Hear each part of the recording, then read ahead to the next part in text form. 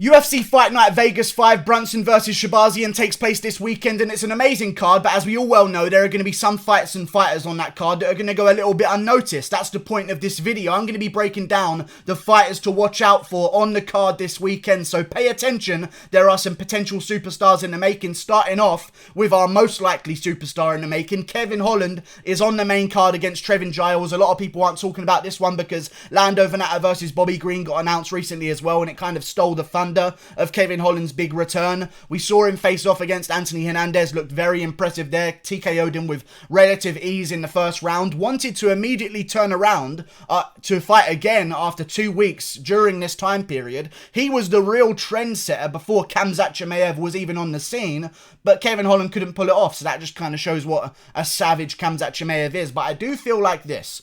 Kevin Holland wanted to turn around 2 weeks after his win against Anthony Hernandez. He pulled off the card, but he was ready to fight again very soon, which is weird to me. So I feel like it might be a little bit of the Rona syndrome. We saw this with Pedro Munoz. I think we've just seen it with Irene Aldana. They're postponing that event as well. I don't think there is an injury that would be so serious to pull you out of a fight that you want to take, but also not serious enough where you can turn around immediately afterwards. So I'm putting it down to the Rona syndrome. I reckon he caught it.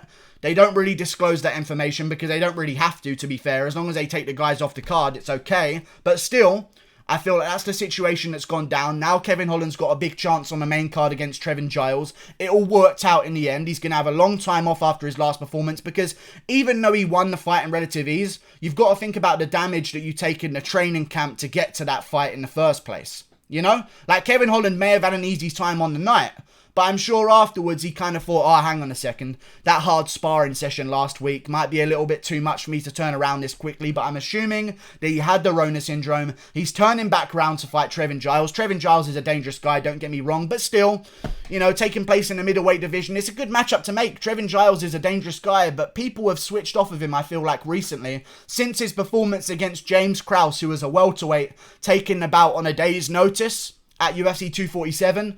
It was a bad decision, in my opinion. Traven Giles had one of his boys in the judging system. Like, one of the judges was the guy who gave Traven Giles his belts. I'm pretty sure that was established. So Traven Giles, a little bit of a controversial decision, but then again, it was the event of Jones versus Reyes. So they seem to be very unusually frequent on that night of fights, so I don't really blame Traven Giles whatsoever. I know some people are going to be going after him for this.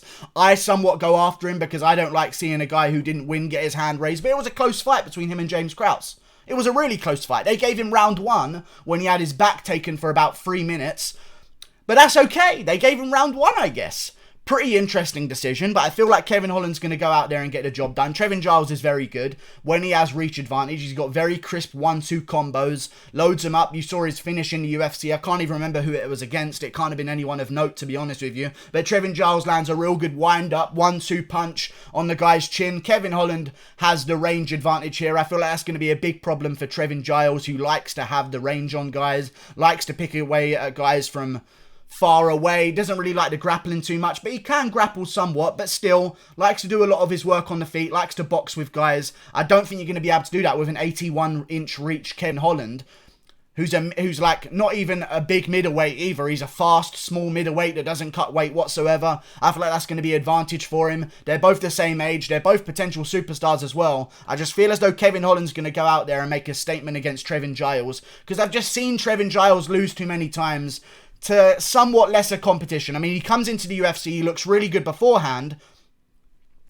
but, you know, he beats some good guys. Ryan Spann, Ike Villanueva, Brendan Allen is another win that he has on his record, but still, comes into the UFC. If you're going to be somewhat special, you beat Zach Cummins. He didn't beat Zach Cummins. If you're going to be somewhat special, please get past Gerald Meerschaert. He gets choked out by Gerald Meerschaert. Okay, then. Please at least beat James Krause on a day's notice from a lower weight class when he's supposed to be cornering someone else just 24 hours ago.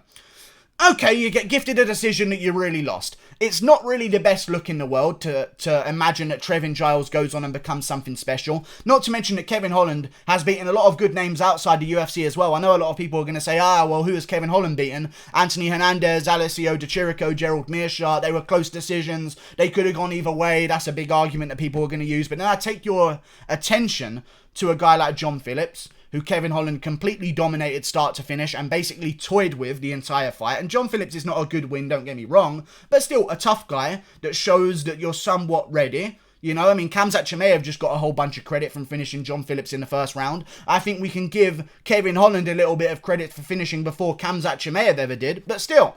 John Phillips, Kevin Holland, came into the UFC against Thiago Santos, was a short notice replacement for that bout. Dana White, someone fell out of the Thiago Santos fight and Dana White called up Kevin Holland from the Contender Series, say, hey, big mouth, because Kevin Holland was talking a whole bunch of smack on the Contender Series during his fight, which is something that he loves to do. If you talk in the middle of your fight, you're going to be a superstar.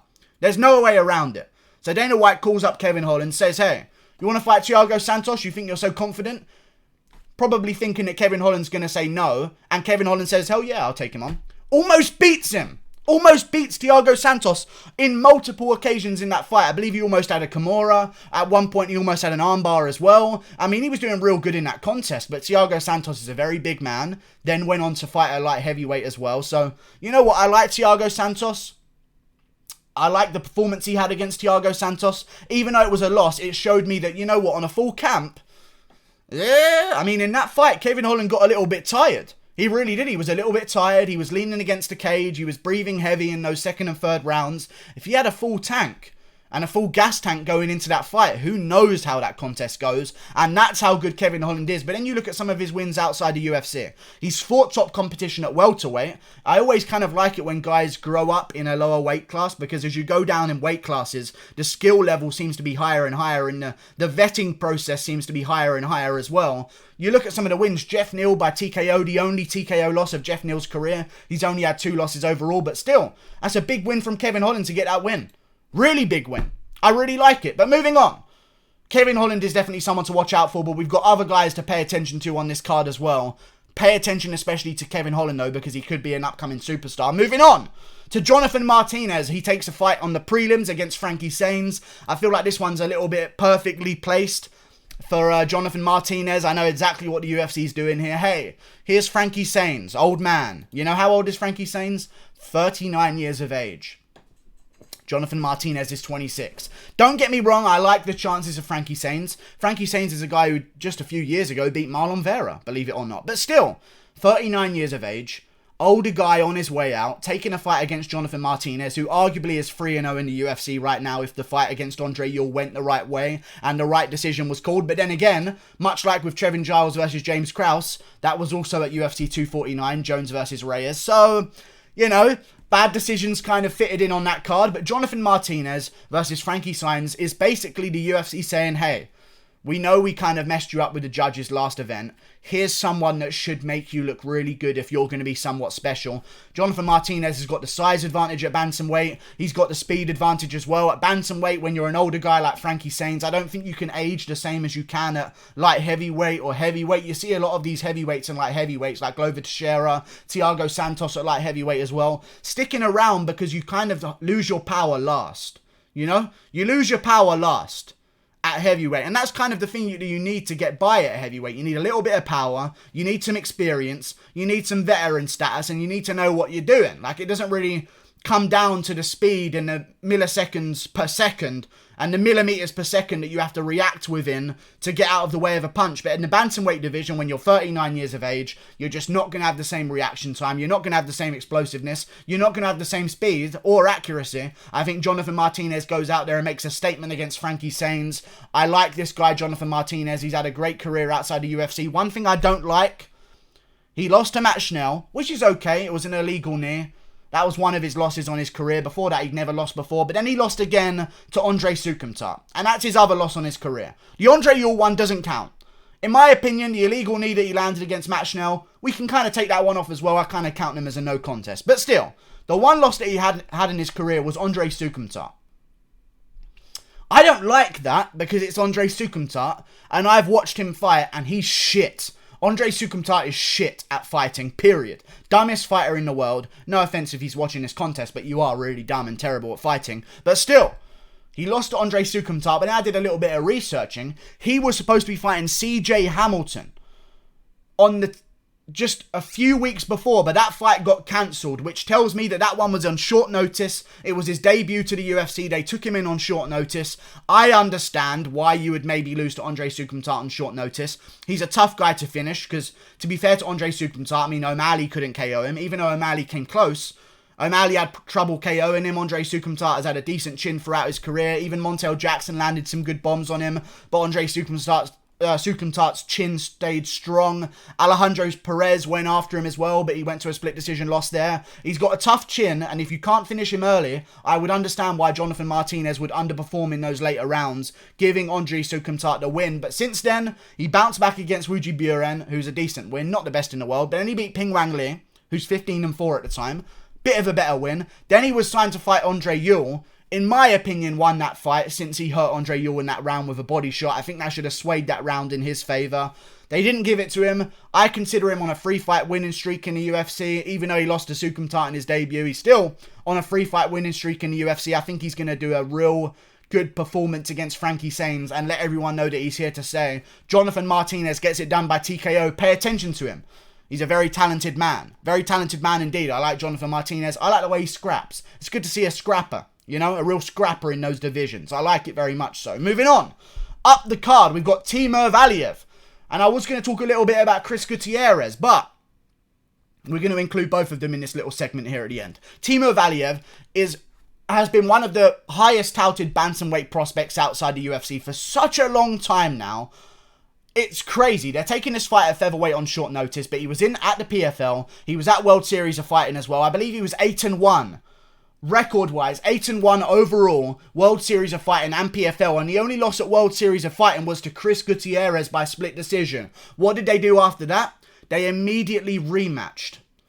That tells me a lot of people don't agree with that split decision. You know, if I see a split decision loss, you saw this with Piotr Jan early in his career as well. He had a split decision loss in one of those regional promotions. They immediately made a rematch for him. One fight separated. So you kind of know what they saw in that fight that was counted as a split decision. But Chris Gutierrez got the win over him. He came back and beat Chris Gutierrez by unanimous decision in the immediate rematch. If you beat Chris Gutierrez, you're a savage. Like, I really like the sound of this guy, Timo Valuev. He's beaten great opponents, not to mention. I mean, 15-5, 18-3, 19-3, 19-4, 25-5, 9-0, 8-0. That was his last 6 opponents' records I just read out to you guys. Great opponents he's taken on. Great competition. He's finally got to the UFC. I just hope that we haven't gotten him too late. Because, as I said before, you need your reaction time, you need your speed to be competitive in the UFC bantamweight division. We've got him at 30 years of age. If he stays active, we could maybe get him to the championship level before his prime. But I worry that we have got him a little bit too late. I still think he wins. Pay attention to him because he's a savage. I just feel as though he's going to get the job done in his fight this weekend. I mean, it's just not... Jamal Emmers is a very good opponent, don't get me wrong. Has some good wins, went to a split decision against Giga Chikadze. You know, had some close fights as well outside the UFC, but lost on the Contender Series to Julian Erosa, I believe, by head kick. Little bit embarrassing, but he came back, and he worked his way back, and that shows some dedication. I just feel as though Timo Valiev's going to go out there and just maul him for 3 rounds. I like Jamal Emmers. He's rangy, he's tricky on the feet. I just don't think he has the complete game that Valiev has. Valiev might be the... I mean, we've already talking about Chimaev, and Nurmagomedov. All the Dagestanis are savages, but still... Timo Valiev might be the next one up. 16-2. One loss on his record was by a little bit of a weird split decision that they immediately rematched. But Chris Gutierrez as well deserves a little mention at the end of this video. He should definitely be someone to watch out for as well because Chris Gutierrez, even though he lost to Timo Valiev, so he looks a little bit less impressive on this list, he also did beat Timo Valiev, even if it was a close split decision. A split decision means that it was close regardless, if you agree with the decision or not. So that tells me something about Chris Gutierrez. He was able to go to the closest decision with Timo Valiev possible, even if he didn't maybe win that fight in the majority of people's eyes, still made it really close, and that takes something to do. So Chris Gutierrez, also a dangerous opponent, lost to Raoni Barcelos on the Ultimate Fighter finale. Raoni Barcelos is a savage in the UFC right now. Just beat Bobby Moffett. I believe just beat Said Nurmagomedov as well. So, this is a real big fight for Chris Gutierrez. Been on a 3-fight winning streak. Won against Ryan McDonald, who was undefeated 10-0 at the time. Then took on Geraldo de Freitas Jr., who was 12-4 at the time. Then took on fucking Vince Morales, who was a tough guy that went to a decision with Song Yudong not too long ago and made it a little bit of a close fight. I mean, Chris Gutierrez is just a savage. Destroyed his last opponent via leg kicks. I think he's going to get the job done against his opponent on this card, because as much as I like Cody Durden, you know, it's Cody Durden. You know, he's not really done too much in his career. He's beaten some decent opponents. You know, 4 fights ago, he fought a guy who was 0-6. Different levels. Chris Gutierrez is going to win. So pay attention to those guys. Chris Gutierrez, Timo Valiev, Jonathan Martinez, and last but not least, Kevin Holland. They're all going to be potential superstars. Pay attention. Hopefully I haven't jinxed 4 more careers. But we'll see what happens. Like and subscribe. Thank you for watching. Click that button there. Goodbye.